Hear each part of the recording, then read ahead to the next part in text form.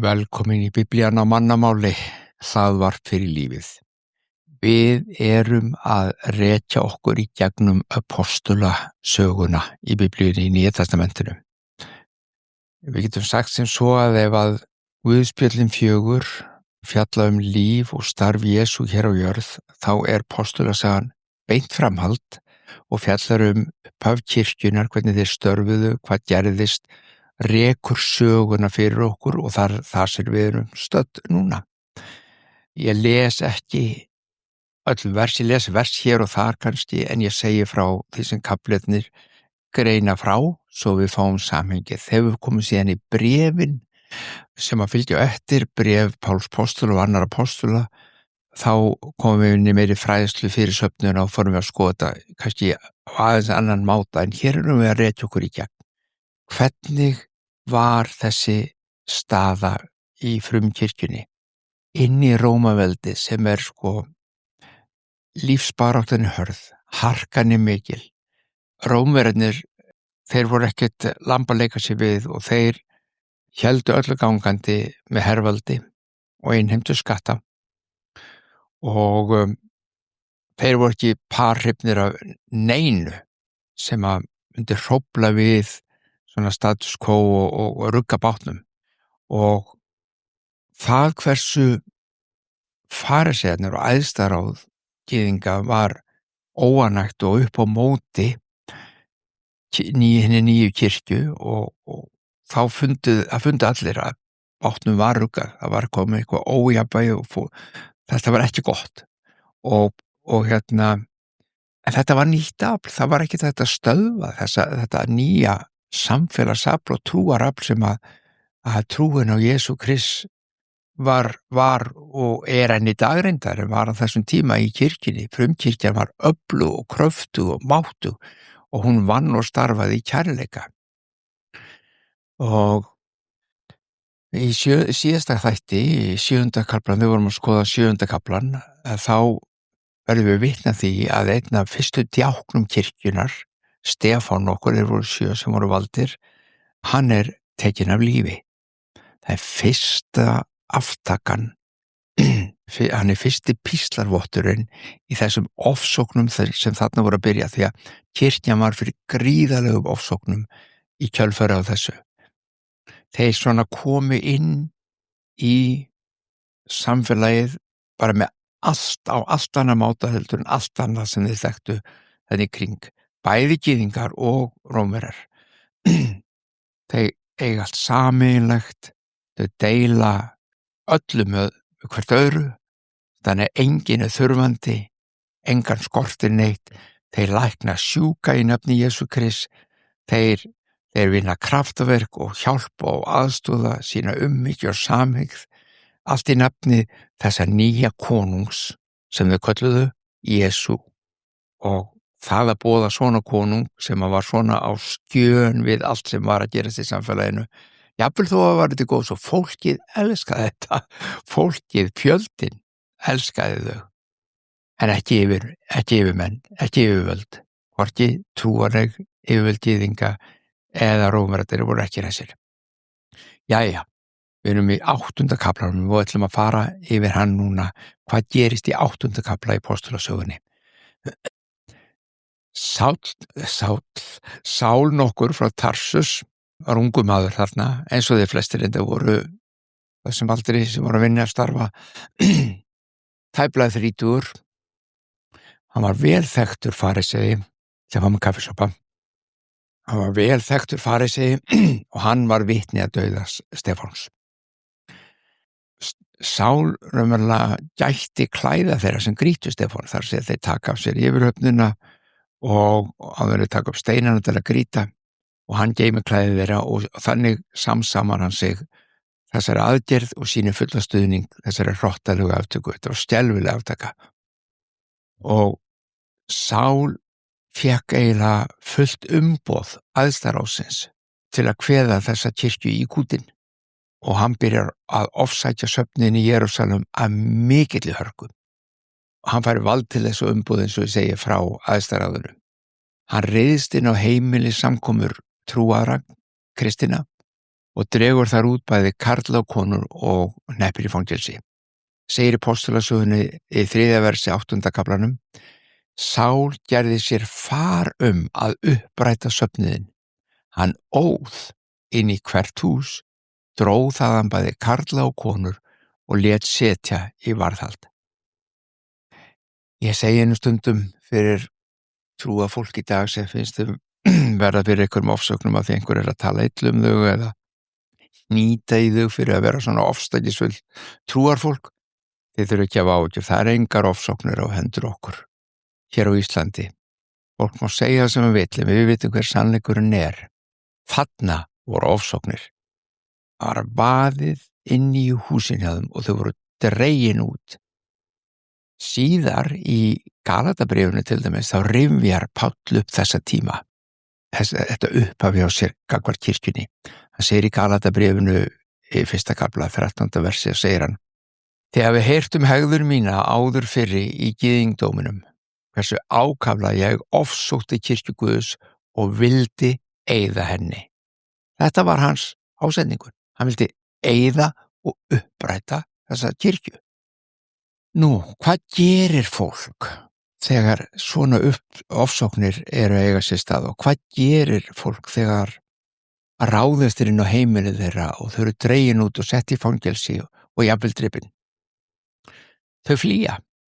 Til að komast undan þessum ofsóknum þá byrjaði söfnuðurinn í Jerúsalem, þetta var allt bara í Jerúsalem fyrst til að byrja með, og hann byrjaði að dreifast Júdeu, Samaríu og Galileu og sumir flýja jafnvel allt til Damaskus í Sýrlandi sem er rúmlega 200 kilometra norður af Jerúsalem. Postularnir hins vegar 12, þeir fara ekkert. Þeir eru eftir í Jerúsalem. Jú, þeir fara höfði, þeir fela sig gjarnan til að sleppa við handtökur, en þeir eru eftir í Jerúsalem. Og það sem gerist við þetta náttúrulega er að þessi dreifðu hópar komin núna út Júdeu, Samaríu, Galileu og allar til Sýrlands, þeir bara halda áfram að boða. Þeir halda áfram að lifa í trúnni. Þeir halda áfram að lifa í kærleika, sýna hvort þau eru kærleika, eiga allt sameiginlegt og boða trúna öllum þeim sem að þau hitta og lækna sjúka og svo framvegis.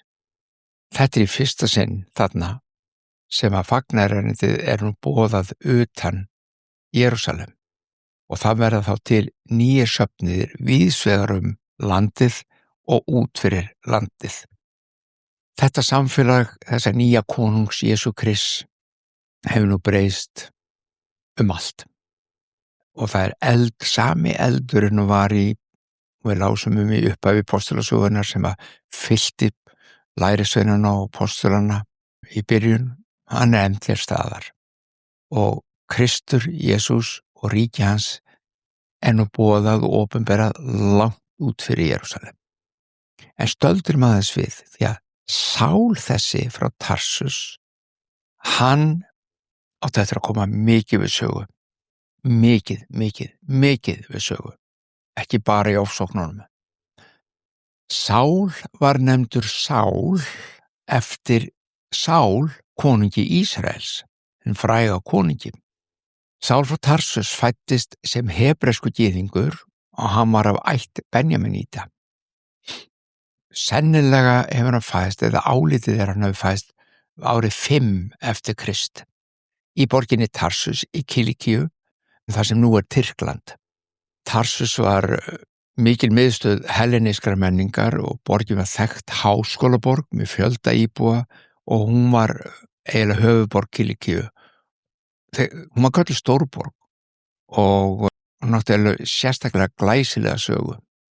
Það var í þessari borg sem að hinn frægi fyrsti fundur Antoníusar og Kleópötru átti sér stað.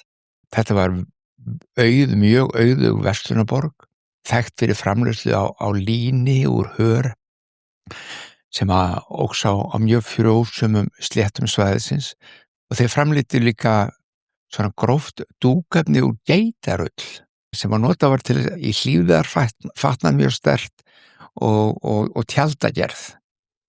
og Sál fæðist þarna, en hann fæðist sem rómverskur ríkisborgari. Það er ekki alveg vita hvernig fjölskylda hans öðlaðist hann rétt, en þar sem hann þátt eftir að koma í ljós að hann vísaði til þess í kringumstæðum að hann væri rómverskur, að þetta, bara það að vita það, þá vitum við að hann var í svona meðal stéttarinnar í borginni. Rómverskir borgarar báru venjulega, minnstustu 3 nöfn. Það var fornafnið, ættarnafnið og svo fenguðu svona viðurnefni. Sál var gyðinglegt nafn þessa unga manns, en Páll eða Pólus var rómverska viðurnefnið sem hann fékk. Og þá sjáum við strax samhengi þessum ekki nú þegar vitið að Sál þessi gekk líka undir nafninu Páll eða Pólus, og það er nafnið sem við fáum í stærsta hlutum af Nýja testamentinu að sjá og heyra nafnnefnt. Það er Páll, ekki Sál, en til sami maðurinn. Það er sennilega 13-14 ára aldurinn sem Sál flytur til Jerúsalem til þess að fá og öðlast sína hebreisku menntun, og þar ólst hann semst upp á þessum mótunar árum sínum sem ungur maður, unglingur og ungur maður, og þaðan skuli hafa getað farið þarna og fengið þessa miklu menntun bendir til þess að einmitt að foreldrar hans voru mjög vel stæðir efnahagslega og gátu borga með honum í þessa vegferð. Hann talaði aramísku, hebresku, grísku og jafnvel einhverja latínu. Og hver var aðalkennarinn hans? Hann hefur borið á nafn áður, eða komið fyrir áður hjá okkur, Gamaliel, einn virtasti fræðimaður og lögmálskennari eða tórakennari samtímans á þessum tíma. Hann var hans aðalkennari. Sál var þjálfaður og var mjög strangtrúaður og mjög ákafur farisei, og hann gekk í lengra í þessu heldur en margir aðri jafnaldar hans í vandlandingu og eldmóði fyrir musterinu og fyrir Tóra og fyrir lögmáli Guðs.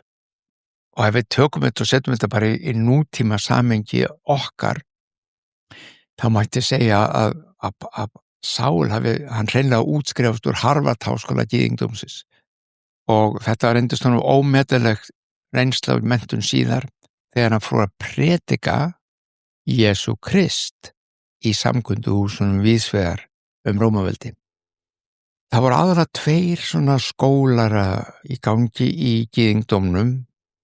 Það var rabbíninn Hillel sem svona mótaði annan, sem var svona hófsamur, miskunnsamur og mildari stefna í gyðingdómnum, og hinn var rabbíninn Shammai, og það var mun strangari og harðari og svona meiri dómharka í þeim skóla, í þeirri hugsun og þeirri kennslu. Og Gamaliel gamli, hann tilheyrði raunverulega Hillel eða hófsamari stefnunni, en Sál valdi Shammai. Hann valdi strangari og harðari afstöðuna, þar sem reynda meiri hluti farisea neðastarónu tilheyrði þeirri fylkingum. Páll var vegna þess að hann farisei sennilega kvæntur, allavega einhvern hluta ævi sinnar, en þegar við lesum hann og hann birti síðar í Nýja testamentinu, þá kemur ljós að hann var einhleypur. Hvort að kona hafði dáið eða þau skilið er ekki gott að segja en það lítur þannig út allavega. Það er eitt sem að við kannski höfum ekki átt okkur á þessum tíma, að farisearnir og rabbínarnir, þeir unnu fyrir sér, þeir lærðu einhverja iðn. Jesús sjálfur var trésmiður eða jafnvel steinsmiður, þannig að þeir getu séð sér farborða. Sál lærði tjaldagerð. Hann sem sagt gat búið til tjöld, gert við tjöld, en hann vann líka gati líka unnið ýmsa aðra leðurvöru. Þannig að kannski var ekki rétt að kalla hann tjaldagerðamann, heldur frekar svona leðurverkamann. og það er ekki ólíklegt og meina sé hann tók til hendinni í þessu af og til, maður sér það, hann vann fyrir sér. Ólíklegt að hann hafði þó verið með litla tösku með sér þar sem hann var með vitið, svona til búa til götu á leðrið og jafnvel brýnistein eða eitthvað til að stjærpa verkværin sín og svo framvegis, en hann vann við þetta. Og þessi handavinna hans og þetta sem hann gat gert, þessi iðn hans, var mjög mikilvægt fordæmi fyrir fólk Guðs í kirkjunni, því að þau lærðu það að þau gátu unnið fyrir sér svona í litlum verkefnum, tekið að sér að laga eitthvað, gera eitthvað, en helga sér því að biðja og boða Guðs ríkið, samt unnið fyrir tekjum. Þannig að þau voru sjálfstæð í sinni vinnu. Og það skipti miklu máli fyrir þau að vera sjálfstæði í vinnunni sinni. Þetta sjáum við reyndar enn í dag, hjá fólki sem að vill boða Guðs ríki í dag og vinna og starfa, það fær sér gjarnan oft einhverja menntun, eitthvað slíkt sem að getur unnið sjálfstætt, þannig að það stýrir tíma sinni sjálft og gefur tíma í þá hluti og starfi Guðs ríkinu meðfram. Við allavega verið frjálsari til þess að gera það, skulum við segja. Nú, þetta svona smá ingangur Pál, því að hann, eða Sál, undir þessu nafni gekk hann þarna í 8. kaflanum, Sál. Við sjáum síðar þegar hann var Páll, eða það nafn hans var notað meir. En þetta ingangurinn, kynning á honum. Hann var, ef einhver var ofsa trúamaður, þá var hann. Hann ætlaði að eyða þessari nýju hreyfingu kirkjunni. Þetta voru upphaf ofsóknar sem átt vera að standa yfir í langan tíma hjá þessu elskulega góða fólki sem hafði ekkert illt unnið, var bara að hjálpa og bara aðstaða. En svona oft grimmd mannsins. Svona þetta oft. Hvort sem það trúin og þarna var ofstæki þeirra í trúnni eða þá bara valdníslan sem við sjáum í rómverska heimsöldunum síðan meir að kveðið til kútin og það stóð ógnað þessu. Þetta svo mannlegt og þetta svo illt og ljótt og vond, en við sjáum enn eima af þessu í dag í mannkyninu okkar. Þetta eitt af því sem við viljum losna við. Við viljum ekki illskuna. Hver vill illsku? Nema kannski þessi beitinni, en þeir sjá ekki eftir einu sinni þessi illir. Því miður, þeir sjá það oft ekki. Jæja, það minnst á annan mann í 8. kafla. Filippus nokkur. Nú koma mjög skrýtna frásögur. Eins og það sé einu skrýtna frásögurnar í öllu þessu. Ég hef áður minnst á það. Það fullt af skrýtna frásögur. Filippus djákni, hann var einn af þessum 7 sem við myndumst á í síðasta þætti, 7 menningunum, einn af fyrstu 7 djáknum kirkjunar á jarðríki. Hann náttúrulega komið núna, hann hefur farið út í dreifinguna með þeim sem að flýja, ofsóknirnar, og hann kemur allavega til Samaríu og hann boðar þar þetta byltingarkenndar fagnaðarendi ríki Guðs. Hann fer allt svæðið og boðun hans í orðum staðfest með kraftaverkum, lækningum, og hann rekur út í landa, hann læknar sem sagt fólk, hann leysir fólk úr ánauð. Filippus verður þannig annar maðurinn utan þessa 12 postula, annar maðurinn og eftir Stefáni sem greindi frá hafi farið og boðað orð Guðs í þessum mikla krafti og mætti. Og borginnar og í Samaríu og þessu tekið með mikill gleði. Og hann skýrir fólk, bæði karl og konur, sem taka við boðskapnum ríki Guðs. Þetta mjög, mjög athyglisverð frásaga þarna. Vegna hvers? Vegna þess að mjög djúpur fjandskapur hafði alltaf ríkt milli gyðinga og Samverja. Gyðingar kölluðu Samverjana hunda. Þeir voru utan sáttmálans og gyðingar höfðu alltaf haldið öllum Samverjum í fjarlægð frá sér. En núna kemur hópur af gyðingum, kristnum gyðingum, sem trú á Jesús sem Messiasinn og rabbína, koma nú inn í Samaríu og meðtaka þá inn í samfélagið. Nýr söfnuður Guðs sem samastendur af aðkomnum gyðingum og lókalfólkinu, þau verða eitt.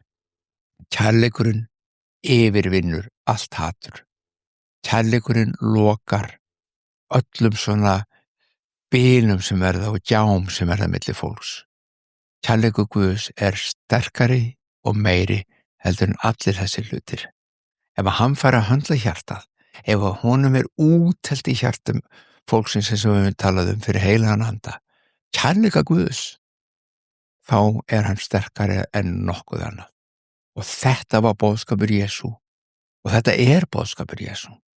Þetta það sem hann þráir og Guð þráir að sjá á jarðríki, í mannkyninu, hjá mannkyninu, að við göngum í þessum kærleika. Þá virkilega lífvænlegt á henni jörð. Þegar postularnir í Jerúsalem frétta að þetta sé að gerast í Samaríu og þeir bara, vá, hvað þetta stórkostlegt.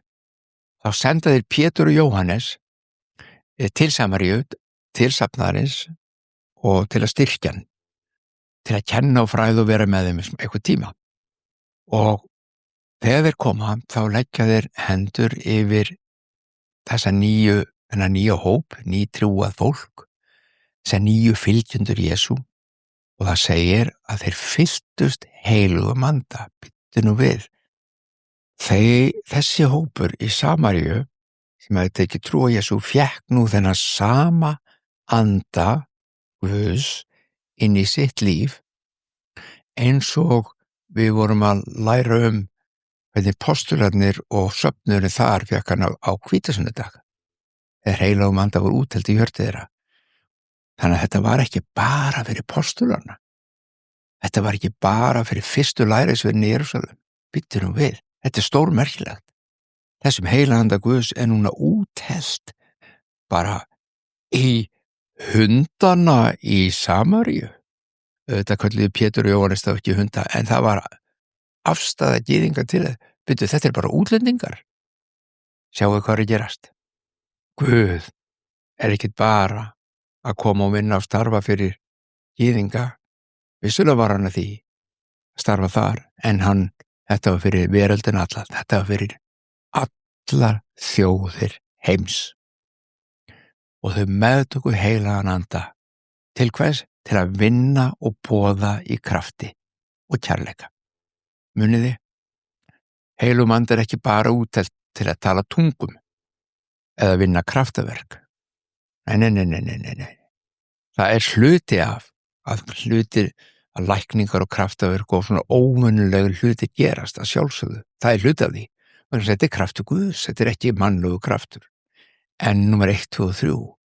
Heilugum anda úttelt og við það flæðir kærleikur Guðsinn og turnar lífi viðkomandi. Innra með honum eða henni verður til algjörlega nýtt líf og þau miðla því lífi út á við í kærleika. Þetta kærleikurinn sem brúaði þetta bil, hatur, óvildar og erja sem að ríkir á milli þjóða og fólks. Kærleikur Guðs úttelt.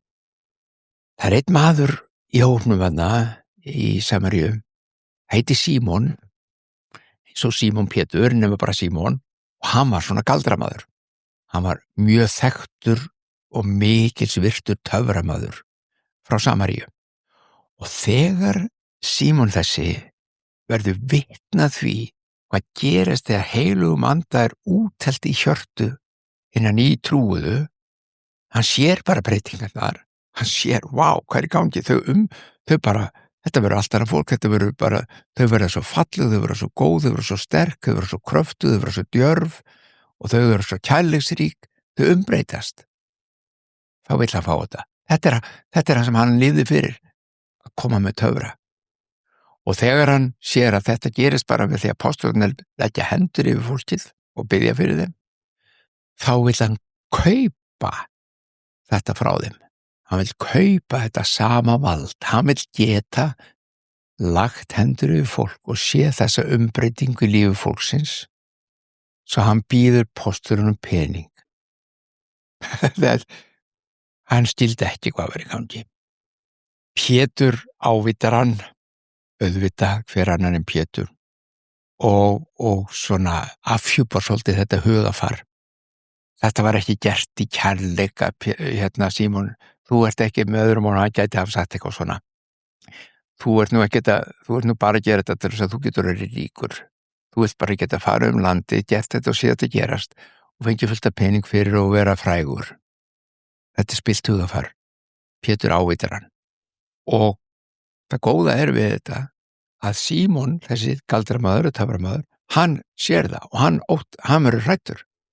Svo hann segir, já, Pétur, elsku Pétur, byttu fyrir mér. Þetta gengur ekki, ég vil ekki fá dóm Guðs yfir mig fyrir þetta hugafar. En sjáu þið, við getum lært svo mikið bara strax þarna á þessu litla sem gerist. Þú kaupir ekki þessa hluti frá Guði. Þú getur aldrei keypt þér líf, kraft Guðs. Þú getur aldrei unnið það inn. Veistu það? Þú getur aldrei unnið það inn. Af því að þetta líf, þessi kærleikur frá Guði kominn gjöf hans. Hann gefur þetta hverjum sem vill. Við höfum mörg hver, þar að segja þeir sem trúa. Sumir trúa ekki eða lýsa því yfir allavega trúa ekki og gott og vel. En við sem trúum, við held ég hefum öll einhver tímann bæði hugsað og framkvæmt einhverja hluti þar sem við vorum að reyna að þóknast Guði. Það ekki rangt að vera að gera það sem rétt, ég ekki að tala það, en við vorum að reyna að þóknast Guði til að fá eitthvað. Eitt að þóknast Guði bara því þú elskar hann og vilt gera sem rétt og falleg. Annað að þóknast Guði til að fá eitthvað. Ég ætla aðeins að snúa upp á höndina á Guði. Mér vantar þetta hérna í lífið mitt núna, eða ég vil tryggja það að ég komist til himna, ég fari ekki til helvítis, hver sem hugsun kann að vera. Ég vil ekki lenda í vondum málum, mér vantar betri bíl, mér vantar meiri pening, mér vantar hitt, mér vantar þetta, og ég þarf á Guð að halda til að hjálpa mér. Svo nú ætla ég aðeins að snúa upp á höndina á honum. Það það sem að Símon, galdramaður, töframaður, var að reyna að gera. Þetta gengur ekki. Það mun aldrei ganga, því að allt frá Guði komið gjöf af þeirri einföldu, og hlustaðu vel, af þeirri einföldu ástæðu að hann elskar þig. Hann gefur af því hann elskar. Því að svo elskaði Guð heiminn að hann gaf jafnvel son sinn. Og það segir á einu staðum eftir að koma því eitthvað tíma síðar. Að fyrst hann gaf verið sér son sinn, hversu miklu fremur þá ekki allt annað með honum. Allt frá Guði gjöf. Þú, ég, enginn getur nokk tíminn unnið sér inn nokkuð frá honum. Fyrir utan þá þurfum ekki einu svona að reyna það. Það gagnast heldur ekki. Hann elskar þig og þess vegna gefur hann. Við þurfum bara að taka á móti. Við þurfum bara að segja, Guð, hér ég. Ég þarf á þér að halda, þínu lífi, því án þín ég ekkert. Og hann byrjar að vinna og starfa. Þetta ferðalagið okkar. Og smátt þá gefur hann okkur meiri innsæi, meiri dýpt og gefur okkur meiri sýn á hversu stórkostlegt lífið sem hann hefur. Handa hverjum að einum. Þetta á við alla. Sagt eftir, það breytir engu hver þú ert, breytir engu hver bakgrunnin hvort þú átt eitthvað kirkjulega bakgrunnið ekki, hvort þú eitthvað tímann afneita Guðið ekki, breytir engu. Pétur, postur svo sannlega afneitaði Guði, en Guð gaf hún samt gjöf heila sanda. Nú, þetta alltaf gerast í Samaríu og Filippus heldur áfram að boða og vinna og starfa þar. Þá birtist engill og nú hefjast, og ég ítrekka, eins og okkur finnst þetta ekki nógu skrítið alls saman, þá hefst nú mjög skrítin atburðarás. Skemmtileg, en öðruvísi. Filippus djákni, hann að starfa og kemur engill. Og þessi engill frá drottni segir honum að fara suður á bóginn Eyðimörkuveginn svokallaða, liggur í gegnum eyðimörkina frá Jerúsalem til Gaza. Við þekkjum nú Gaza-svæðið heldur betur. Fara niður til Gaza og Filippus bara, ok, ég fer og hann fer af stað. Á leiðinni þangað niður til þá hittir hann eþíópískan gelding, embættismann sem þjónar Kandake, fjárhirði Kandake drottningarinnar í Eþíópíu.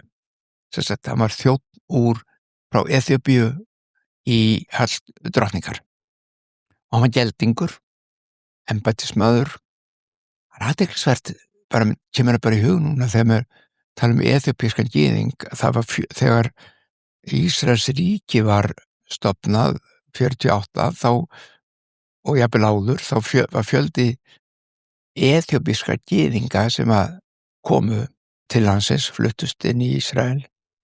Það var greinilega mikið og þar til eþíópískar samkunduhús og annað slíkt, það bar mikið á þeim, og þannig að þarna var einn af þeim, hann var heiðingi þessi maður að uppruna, en hann tilbað hins vegar Guð Ísraels, og þannig að hann hafði farið til Jerúsalem til þess að tilbiðja Guð í musturinu, og nú var hann bara á leiðinni heim.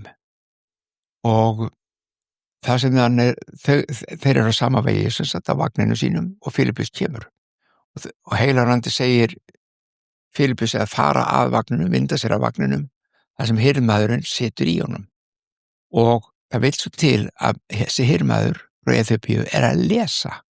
Hann að lesa upphátt úr 53. kafla Jesaja, sem sagt úr hebresku biblíunni, úr Gamla testamentinu hjá okkur, sem við köllum það. Hann að lesa, og Filippus spyr hann, býður góðan daginn, og svo fram og spyr hann, skilurðu það sem þú ert að lesa hann í Jesaja 53? Og hirðmaður svarar, hvernig gæti ég það nema einhver leiðbyrði mér, hvernig það verður einhver að kenna mér og segja mér hvað ég er að gera, hvað ég er að lesa. Filippus sest þá hjá honum, og út frá þessu ritningatekstum í Jesaja 53 þá byrjar hann að boða Jesú Krist. Takk eftir, hann fetar í fótspor postulanna Stefáns. Hvernig boðaði Jesú? Þeir tengdu hann alltaf við Gamla testamentið. Þeir rekja frásögur og sögur Gamla testamentisins og tengja það við Jesú til að sýna fram á að þetta er hann sem við verðum að tala um. Þetta er lykilatriði. Þetta er lykilatriði faktisk fyrir okkur, því þetta tengir saman sögu hebreana og frásögu biblíunar, og Jesús kom ekki til að stofna eitthvað ný trúarbrögð. Hann kom til að opinbera til fullnustu það sem Guð hafi verið að kenna ekki bara gyðingum heldur þjóðunum langa hríð. Þannig að Filippus tekur bara upp þráðinn, útskýrir textan og boðar Jesú Krist. Og vitið hvað? Eþíópíumaðurinn blessaður, hann trúir þess að hann meðtekur þetta að sjálfsögðu. Hann trúði á Guð. Og þegar þau koma að vatni, það er svona smá vatn, þá segir hann, hér er vatn, hvað hamlar mér að skýrast? Filippus skýrir hann, og þegar hirðmaðurinn kemur upp úr vatninu, þá gerir svolítið merkilegt. Það segir ekki meira frá hirðmanninum, hann hélt bara áfram sína leið heim til Eþíópíu.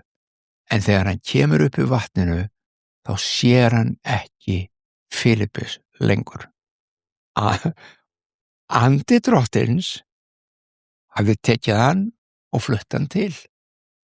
Hann sem sagt ferðaðist á milli staða án þess að nota til þess sína fætur eða faratæki. Já, þetta er skrítið, ég sagði hvað er skrítið. En býttu við, þetta er náttúrulega kannski alveg mögulegt, er það ekki, eða hvað? Getur Guð flutta bara svona, hér er hann við eitthvað vatn á leiðinni niður til Gaza, tala við einhvern hirðmann frá Eþíópíu, búin að skýra hann og svo bara, það er það sem okkur er sagt. Og veitir hvað? En skrítið sem þetta kann að hljóma, þá er þetta algjörlega mögulegt. Auðvitað er þetta mögulegt. Guð er ekki bara einhver stytta inn í skáp. Guð er skapari. Guð er svo stórkostlegur, svo mikill. Hann er allt í öllu og hans orka, hans kraftur, það segir í Biblíunni að hann heldur öllu saman í mætti krafta síns eða krafti máttar síns. Hann heldur öllu og við sjálf, og ég hef oft vísað til þess, mér er svo gaman að því vegna þess að vísindir okkar í dag, skammtafræðin og annað, en núna sýna fram á, við erum líka þessi orka frá honum komin. Við erum ekki fast efni, öll heldur erum við erum orka. Ok, ég ætla ekki að fara dýpri inn í þetta núna, ég kannski geði þetta, mér finnst ég elska að skoða þessa hluti, hvernig vísindir okkar eru loksins að sýna fram á það. Það er kannski eitthvað meira í þessu heldur en við heldum. Miklu meira reyndar. Guð er svona. Skaparinn, faðirinn okkar, hann er svo mikill. Hann er ekki gamall maður sem situr á heimnum með skegg. Við getum ekki séð hann svoleiðis. Það hjálpar okkur stundum að sjá hann svoleiðis, en það takmarkar hann í okkar huga. Nei, hann er allt í öllu.